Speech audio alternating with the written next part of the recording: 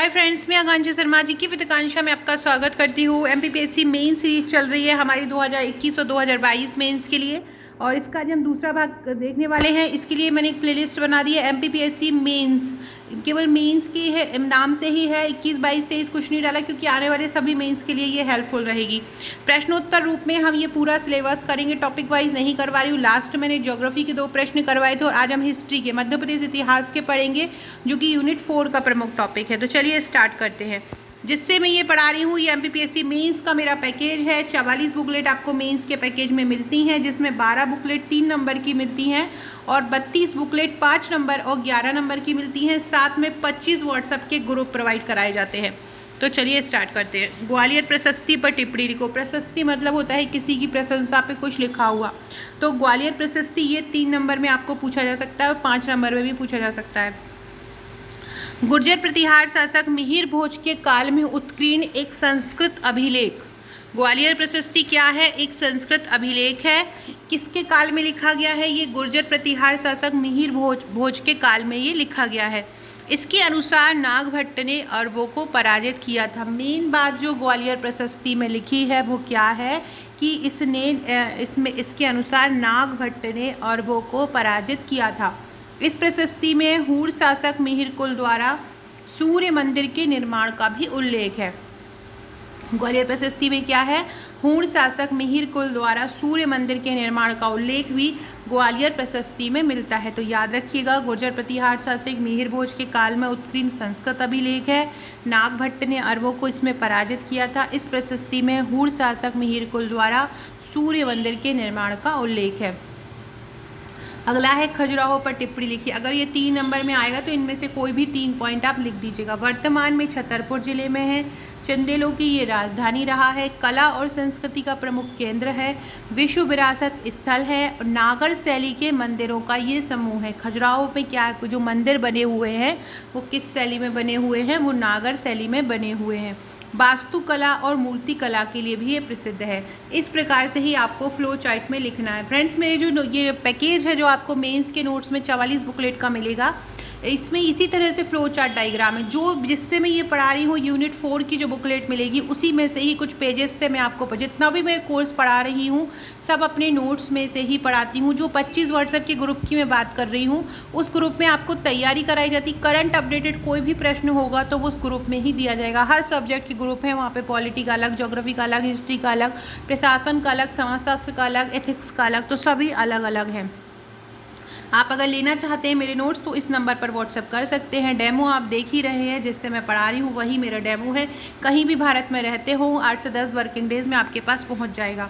अगला है यशोवर्मन पर टिप्पणी लिखो। यशोवर्मन चंदेल वंश का एक साम्राज्यवादी शासक था। खजुराहो का प्रसिद्ध लक्ष्मण मंदिर, खजुराहो का प्रसिद्ध लक्ष्मण मंदिर और विशाल जलाशय का निर्माण भी यशोवर्मन ने ही कराया था। मालवा, चेदी तथा महाकौशल पर आक्रमण करके अपने राज्य का विस्तार किया। किसने? यशोवर्मन। में एक बार और पढ़ लो यशोवर्मन के बारे में। चंदेल वंश का ये एक साम्राज्यवादी शासक था यशोवर्मन। खजुराहो का प्रसिद्ध लक्ष्मण मंदिर और विशाल जलाशय का निर्माण इसने कराया था। मालवा, चेदी और महाकौशल पर आक्रमण करके अपने राज्य का विस्तार इसने किया था। भीमबेटका पर टिप्पणी लिखो। तो भीमबेटका रायसेन जिले में एक ऐतिहासिक स्थल है। यहाँ चित्रित गुफाएं और शैलाश्रय के साक्ष्य प्राप्त हुए हैं।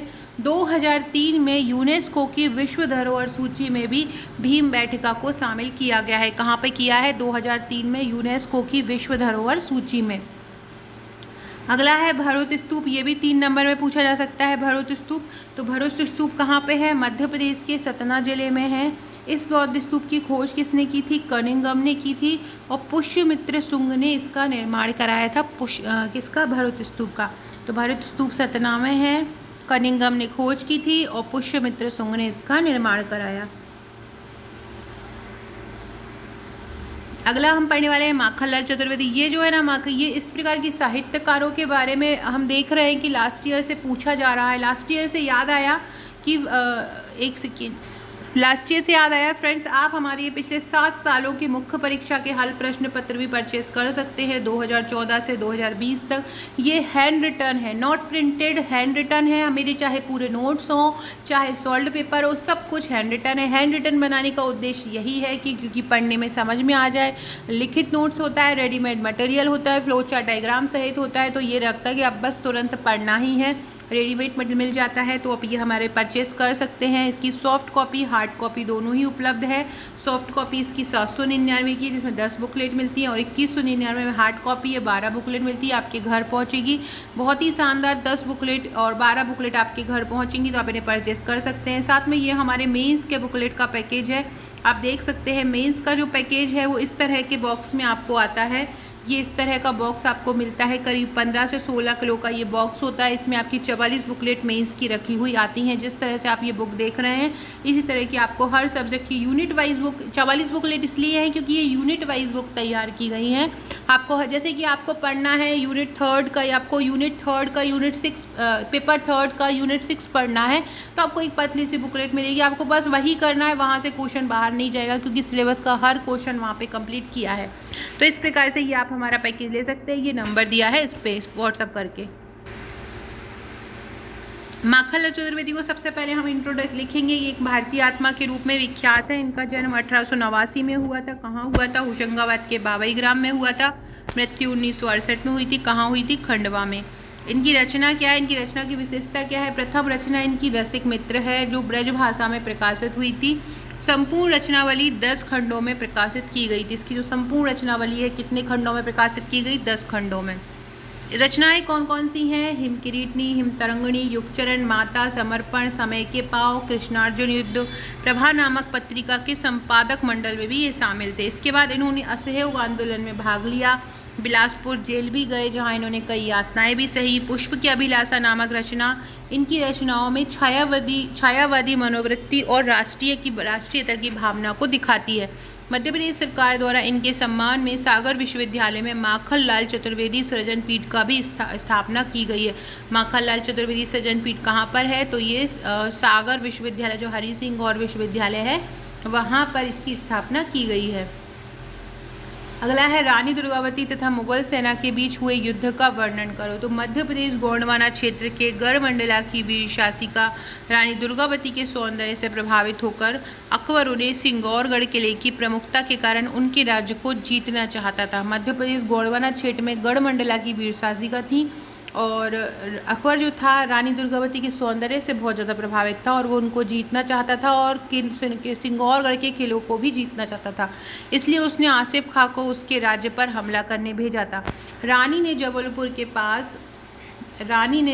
के पास नरई नाले के समक्ष मोर्चा लगाया तथा स्वयं पुरुष वेश में नेतृत्व किया। रानी की सेना को युद्ध में अपार क्षति हुई थी, लेकिन इसमें 3000 मुगल सैनिक भी मारे गए थे। रानी ने अपना पक्ष दुर्बल होते देख पुत्र नारायण को सुरक्षित स्थान पर भेज दिया।